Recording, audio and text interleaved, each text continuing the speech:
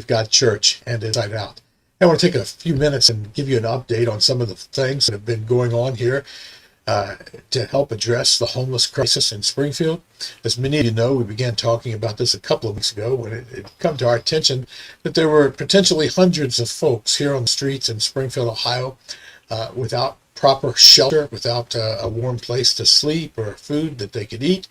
And as we researched this a little bit, we found that the homeless shelters here in Springfield have actually been closed for months. They've been closed. Some people were put in hotel rooms as an interim measure, but not nearly the total number of folks that were in need. So in response to that, Inside Out offered to utilize our community center and the resources that we have, the food and cooking resources that we have. The people who have the funding for this weren't interested in partnering with us to do that.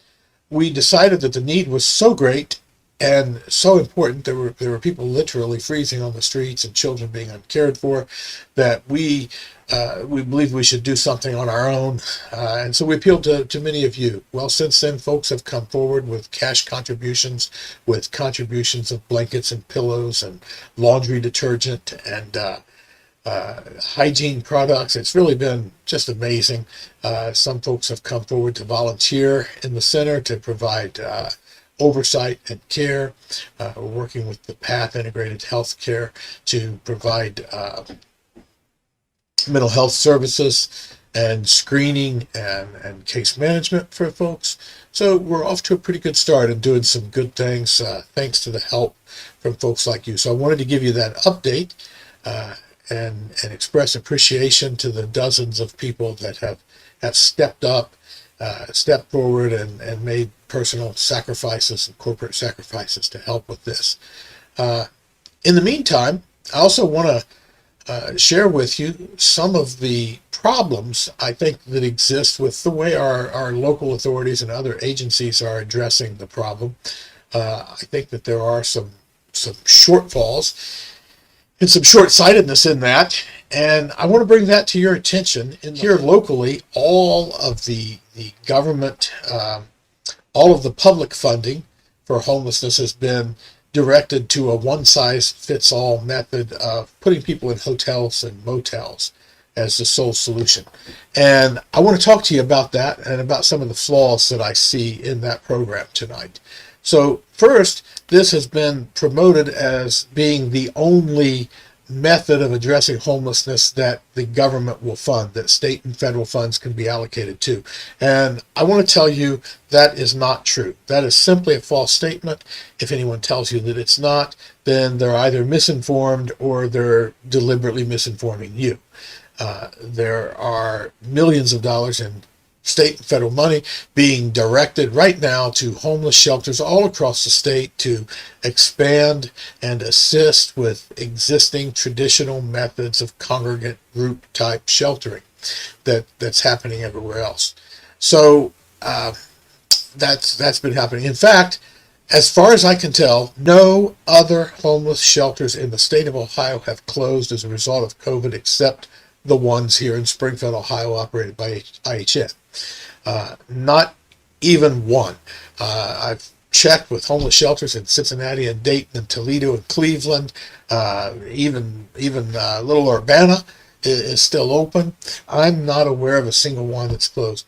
If someone watching this can find one, please let me know so that I can make a correction on this statement. But I've sure searched as best I know how to find. So homeless shelters are open. Congregate type group shelters are open all across the state.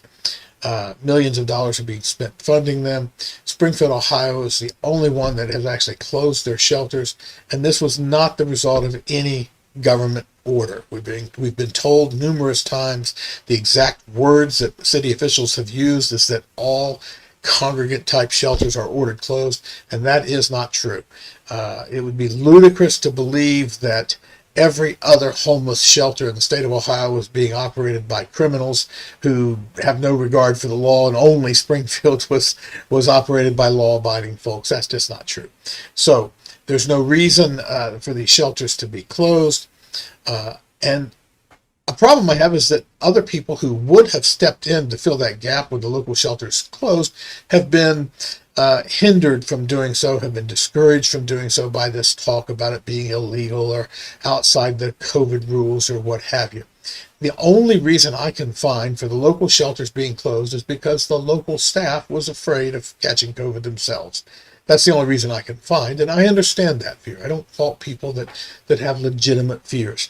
You know, a lot of people are afraid of running into a burning building, but they shouldn't become firemen, and they shouldn't stop the firemen from doing their job. So, in order to maintain the position, though, the status or the designation of being the designated agency to deal with homelessness, these agencies have had to devise another method of dealing with the homeless crisis outside of the shelters. And that's where the problem comes in. The only no-touch method that they can find, where everybody keeps their job, stays home in their pajamas, and still keeps their designation, is this hotel-motel option. I know I'm rambling a little here, but it's possible to run shelters without spreading COVID. The CDC has issued guidelines. HUD has issued guidelines on COVID safe practices for operating homeless shelters. And these guidelines specifically ask shelters not to close. They believe that closing a homeless shelter actually increases the risk of spreading COVID through the community, since many of the population may not be able to obtain masks or hand sanitizer or other hygiene products, and may not be able to practice the type of hygiene that would help keep from spreading the disease. So it's actually helpful to everyone if we keep these congregate type shelters open. So we're being told, though, that this method, this hotel motel method, is the only method that the state will fund. As I said, that's not true. Challenge anyone to prove it. We're also being told that this is the preferred method, that this hotel motel method is the preferred method that everyone else is using in the country to address the homeless need. Well, it is a method that's being tried and experimented with. It's far from the preferred method. It's far from having replaced traditional type services anywhere in the country, at least of all here. So that's simply just not true. We're being told that the hotel motel method is being utilized because it provides human dignity to folks, and that somehow being in a congregate type shelter robs people of their human dignity. I'll let you hear from a friend of mine who spent some time in a homeless shelter at the Dream Center in LA as a single father, and he'll tell you that he found tremendous human dignity there. Hello, my name is Shannon White. Just want to give you some insight on the Dream Center, what brought me out to the Dream Center. The biggest reason why is just life controlling issues. Where I actually came to LA, I lived on Skid Row for roughly about a year or so, but I started volunteering at the Dream Center, from going in and out, eventually living there, becoming staff, and really learning the tools and what it means to minister, but not just minister, but what it means to invest in the community. One of the biggest things that the Dream Center played a huge role in my life is when I got full custody of my son, where they had a family floor, which my son and I lived there, and they kind of taught me just how to be a dad again. It wasn't really that I didn't have life skills or knew how to do anything, more than just not knowing how to be a father, when to say no, when to discipline. All that kind of stuff was very new to me, and I learned a lot of it at the Dream Center. Not only that, just my work ethic, a lot of things, um, where it's selfless. And that's what I can think of. When I was on the family floor, I lived there completely free. Food, clothes, anything that I needed was completely free. And so not only did I get a lot of skills, but everything was paid for, including my room and board. Along with being staff out there, I learned a lot of things about the ministry, a lot of things about the heart of God, a lot of things about what are needs versus wants, things that somebody really needs versus something that somebody really wants. To have the heart of God is to fill needs, not necessarily wants all the time. And I know that the community, especially in Springfield, and I know it was needed here in LA, is some kind of a community center, some kind of place that families can go to receive the care, the medical provision that they might need. And I'm sure that Inside Out is an amazing place, as I worked there and I loved working there, especially with the kids. I lived out there and I know what it's like. It's not a bad place, and the people aren't bad. They just need somebody to be there to just love them. Uh, it all takes time, and change doesn't happen overnight. But I do know that um, 10 years later, after being at the Dream Center, I am where I'm at today, living in California. I have my own place. My son's still living with me. He's about to graduate, all because of a community place called the Dream Center that was there. Just one of the many tools that are in the communities out there that people need. People are in desperate need of this for shelter, but not just that, for food, for skills, so they can move on in life. So these kind of facilities are amazing, and I am a product of one of them 100%. Issues in their life. I spoke to a man earlier today, a good man who's helping us with some of these things. But he told me at one time he was a crack addicted, negligent father who would love to have had a hotel room to dump his kids in because he neglected his kids when he was in that addiction. And where he found dignity was when people held him accountable and provided oversight and helped him get his life in order. So, the congregate type shelters, traditional shelters, if they're operated correctly, in no way rob people of human dignity. In fact, they provide human dignity. I'll talk about that a little more as we go. There's a lot of news articles that have been written about a program that they're utilizing in Seattle, Washington. It's being touted as a model just like ours, just like what we're doing here. You may have seen some links to those articles and then heard that statement. As I talk here in a minute, I'll show you how what they're doing there is not at all like what we're doing here. It does not resemble the program that's happening here. So what's actually happening in Springfield and what's wrong with it? Well, the only method of dealing with homelessness in Springfield, at least the only public method, the only method utilizing any of the millions and millions of dollars in state and federal funds that have been poured this way, is the method of putting people in hotel and motel rooms. Now, that might be okay for some people. I imagine people that have never dealt with the homeless population or the impoverished population probably have a picture in their head of it being sort of like a Lifetime movie event where a single mom is down on her luck. They're out of work or and somebody puts them up in a hotel and to get back on their feet, and they spend all this quality family time together, maybe have some meals together in the room and build on the hope that they have for their future, and what a warm and touching story that could be. And that may be happening in some isolated instances, but that is not what is happening in many of these cases. In many of these cases, people who have life-controlling issues, who have drug addictions, alcohol addictions, behavioral disorders, are taking their kids and dumping them in these rooms and leaving for days at a time, for whole weekends.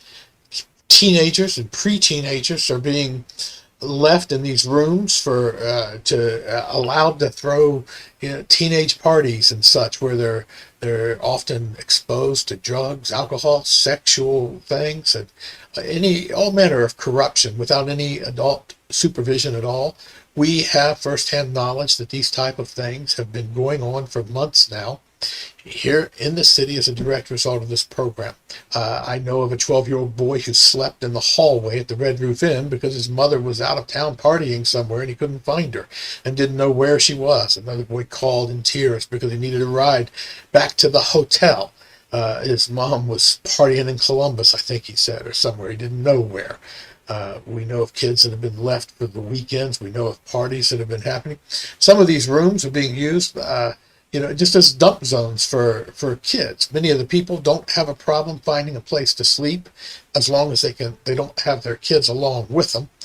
Now, I know this isn't all of the people, folks, but if it's some of the people or most of the people, we shouldn't be spending millions of dollars of government funds on this, and we shouldn't be robbing the people of the dignity, the kids of the dignity of the accountability that could be provided if we were using our traditional type services.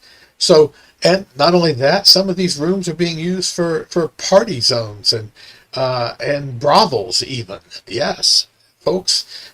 And again, another problem with these hotel rooms is the only possible solution is many people are taking advantage of these rooms who would not be counted in the homeless population if these rooms were not available. I have firsthand knowledge of people. One woman comes to mind who hasn't had a place of her own in years. And she would not go to a homeless center. She has places to stay. She always has a place to stay. She stays with family. She has kids that stay with different family members. And she kind of does her thing. She's not really interested at this point in her life of getting things in order. But as soon as these hotel rooms became available, she took one. And she sent her kids there for days at a time while she went even to other cities. We're aware of these things. We're aware of several, just a number of people who would not be part of the homeless population, would not be in a shelter, but when offered the possibility of a free hotel room, they jump at the idea. So we're told that the homeless population in Springfield, Ohio has increased by 350%. Folks, that number has reached that level as a direct result of the mismanagement of the funds, of the mismanagement of the program. I'm not aware of another city in the state of Ohio or even in the nation where the homeless population has increased by 350%. I'm not even aware of it. But dozens of people, maybe who knows how many people, who would not be part of the homeless population are rushing forward to take advantage of this. Some people are just finding it a convenient option to paying rent. Some people are finding it a convenient option to the other places that they had to stay. And by scooping up all these hotel rooms, they're leaving people who really are in need. People who really are sleeping on the sidewalk, they're leaving them without any resources available. So the mismanagement of this program, the program happening without accountability, is actually increasing. Most of the other cities that I've researched have increases in homeless population in the range of 50, 60%, maybe even as high as 100%, but I'm not aware of another city anywhere that's experienced a 350% increase in the homeless population as a result of COVID. And again, if someone can find a statistic that disproves that, please let me know. I am certainly open to being corrected. And another story I want to share with you is the story of Ryden Palomino. Ryden was a 10-month-old baby boy back in May whose mother was placed, Bianca, was placed in one of these hotel rooms without any oversight or accountability. And she took her 10-month-old baby and put him in a car seat and strapped him in and left him in the hotel room. Left him tied up in this car seat so that she could go evidently do her thing. And hours later, Ryden strangled to death in the straps in that car seat, unattended, and died. Now, Ryden died as a direct result of this program, of this one-size-fits-all method. If Ryden had been in a community-type congregate shelter with his mother where there was oversight, he probably wouldn't have died. That probably wouldn't have happened. She wouldn't have been able to come in there and leave her child unattended. There's accountability in places like that. It's a shame. It's a shame that that's happened. It's a shame that Ryden's mother is now facing charges for manslaughter. And I doubt if the people who made the decision to put her in that room even went to his funeral. I doubt if anyone even sent flowers. In fact, I wonder if Ryden even had a funeral. Now let's compare this for a minute to what's happening in Seattle, because I keep hearing a lot about what they're doing in Seattle, and there have been a lot of stories written, a lot of publicity about how they're using this program just like ours in Seattle, Washington, and it's having such wonderful results. Well, they are having good results with a program that places people in hotels and motels, homeless folks there in Seattle. But here's some differences. I was told today that we have 190 some people in hotel rooms here in Clark County, here in Springfield, Ohio. Homeless people, almost 200 people are in are of the homeless population are in these hotels, and there's still somewhere around 100 left on the street that we haven't cared for. We're spending millions of dollars, probably $20,000 a day. I don't know the exact number, but we are spending millions of dollars on this as our one-size-fits-all. It's a very, very expensive solution, and when you use it as the only solution, it robs every other potential solution of resources that could be used to help the problem. In comparison, oh, and by the way, I heard that a recent request, I heard that we were sending to the state, we were requesting $10 million to continue this program over the next year. $10 million to continue putting people in hotels and motels of our homeless population. 200 people in the centers, or in these hotels right now here in Springfield. In Seattle, Washington, the program that I read about, the program that they have there, proposed to put 200 people in these rooms. A total of 200 people. That's the same number that we have in Springfield. But in Springfield, that represents 2/3 of our entire population of homeless folks, of 300 people, as a one-size-fits-all method. In Seattle, Washington, there are 11,500 homeless people right now, according to their estimates. And so this 200 people in Seattle represents only a very, very small percentage of the total population. A very small percentage for whom this is a suitable, desirable, appropriate solution. The article I read said that in one place they screened 78 homeless people for the program, and only 40 were chosen to be put in these rooms. They allocated $4 million, far less than our $10 million. They allocated $4 million for the homeless program, and or for the hotel program in Seattle, but actually only spent about $1.5 million. And by far the biggest difference between what they're doing there and what they're doing here is the staffing. According to the article that I read, whenever they place homeless folks in these hotel rooms, they also provide 24/7 staff. The agency actually provides staff at these hotels 24 hours a day, 7 days a week, to provide oversight and accountability, to make sure that the children are being protected and the program's not being abused, and to provide services and mental health services, human resource services to the folks to provide for their needs. So it's a much different program than what we're doing here, where we just give keys to the people and they do their thing. These are some of the reasons why I've got a problem. And I think we all should have a problem with the way the problem is being addressed here in Springfield. There is no reason the local shelters should have closed. And having chosen to close, there's no reason that these millions of dollars in state and federal funds that are being entrusted to our local authorities here shouldn't be directed to other agencies who are willing to step forward and do that. And I'm not trying to, this is not a play to get funding for Inside Out. When I came forward with some of these ideas, they were dismissed out of hand. We were told point blank that it was illegal to do congregate sheltering. We had to work to debunk that, to disprove those stories. And then we were told there's absolutely no funding going to be allocated, and that's fine. That's fine, because we're motivated by the need. My wife and I work as volunteers here, and so we just appeal to the community directly to volunteer. We have the building available. We have the food available. Honestly, we could run our entire program for what they're allocating in quarters. One of the recent things I heard about the most recent budget is it allocates $250,000 for quarters to give to the homeless people to do their laundry with, since they can't do the laundry at the centers anymore, being closed.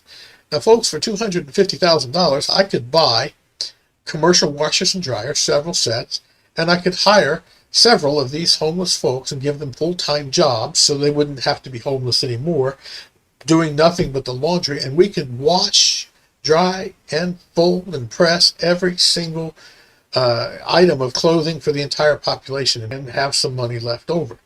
But what's happening with these quarters, many of these quarters are being given to people who have life-controlling issues, and their kids are still running around in dirty clothes while the drug man stays in business. If we can't do better than that, if we don't have the ability to provide more oversight of the public resources than that, then the people providing the oversight should not be the people providing the oversight. Now, I'll go as far as saying that, folks. Now, saying that has caused me to be excluded from the circles that talk about this, so I'm talking directly to you.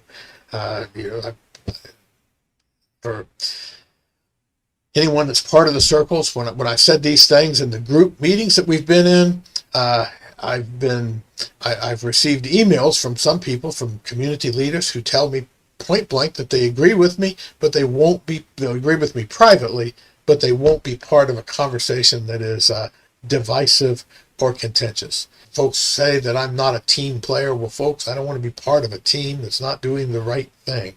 And if saying the right thing to the team is considered divisive, then let me be divisive.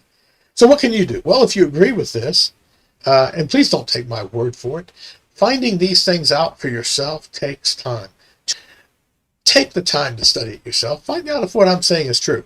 Find out if I'm just slinging mud because I don't like the way someone else is doing it, or if there's a real mismanagement going on here. Find out if there's really a kid named Brighton Palomino that died at the executive end because somebody didn't provide oversight or accountability. Find out. And if you agree with what I'm saying, what you could do, well, there are several things. First, you can help Insight Out with what we're doing. We're trying to provide shelter right now to the people that are still on the streets. We've opened our center. We have cots and blankets and pillows. We have staff, very, very limited staff. We need more people. So what we need volunteers. We need people that are willing to come. Third shift is especially a big need, but actually 24 hours a day, we're open for people to come in and get warmth and get food, shelter, and things that they need. So if you can be part of that, maybe you've got some blankets or pillows to donate, or maybe you've got a few hours, one day a week that you could come and be part of that. Maybe you want to cook some meals or something. There's a website there, help.iouth.org. There's a form there that you can just provide us with your contact information, and someone will be in contact with you. Another thing you could do if you want to help is provide a financial contribution. A number of people have come forward with financial help.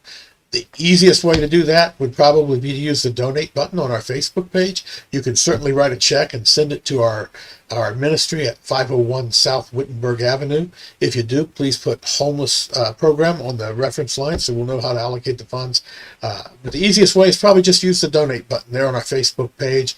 Facebook doesn't charge any credit card processing fees to the or such to the nonprofit organizations that utilize that button. So it's a win for everyone.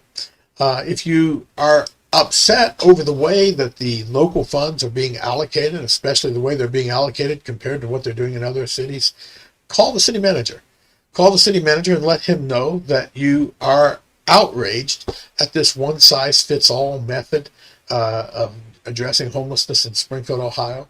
Call the mayor. Let them know that we certainly want to help the homeless population and we think they should be helped, but they can't be helped with one size fits all.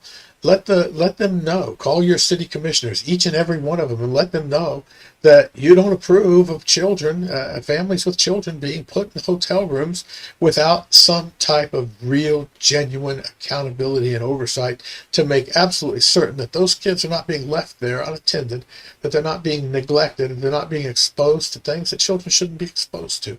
You know, if a family goes into a homeless shelter, then there's oversight. They have to stay with their kids. They can't just leave the kids there. There should be at least the same oversight if we're going to take these folks and we're going to spend millions of dollars in government funds to put them up in hotels. We need to know what's going on. We need to know that they're really utilizing the hotels for the things that we're providing them for. There's nothing wrong with that. I've been called judgmental. I've been called a troublemaker. And it's said that I'm not a team player because I bring these things up. But folks, I think if Ryden Palomino was alive today and could speak, he would wish that somebody made a little trouble on his account. I think some of his kids that slept in the hallway at the Red Roof Inn would have been happier if somebody made a little trouble on their account. Or politely make some phone calls, send some emails, let your voice be heard, and hopefully we can do some better things here in Springfield. Well, thanks for taking the time to listen. And by the way, the people whose actions I'm criticizing, I do want to recognize that I think they mean well. I believe they mean well. I don't believe that they are intentionally doing something wrong or that they're intentionally leaving children neglected. They're just ill-informed and they're not willing to hear alternatives. And that's the only criticism I have, is that they've decided on a one-size-fits-all solution, and because that solution is convenient, they're simply not willing to hear any other solutions. ignorance is bliss, I suppose. So that's my only criticism of those folks. I'm not saying they're bad people or that they don't care. I know that they care. I know they weep over the people sleeping in the cold just like we do.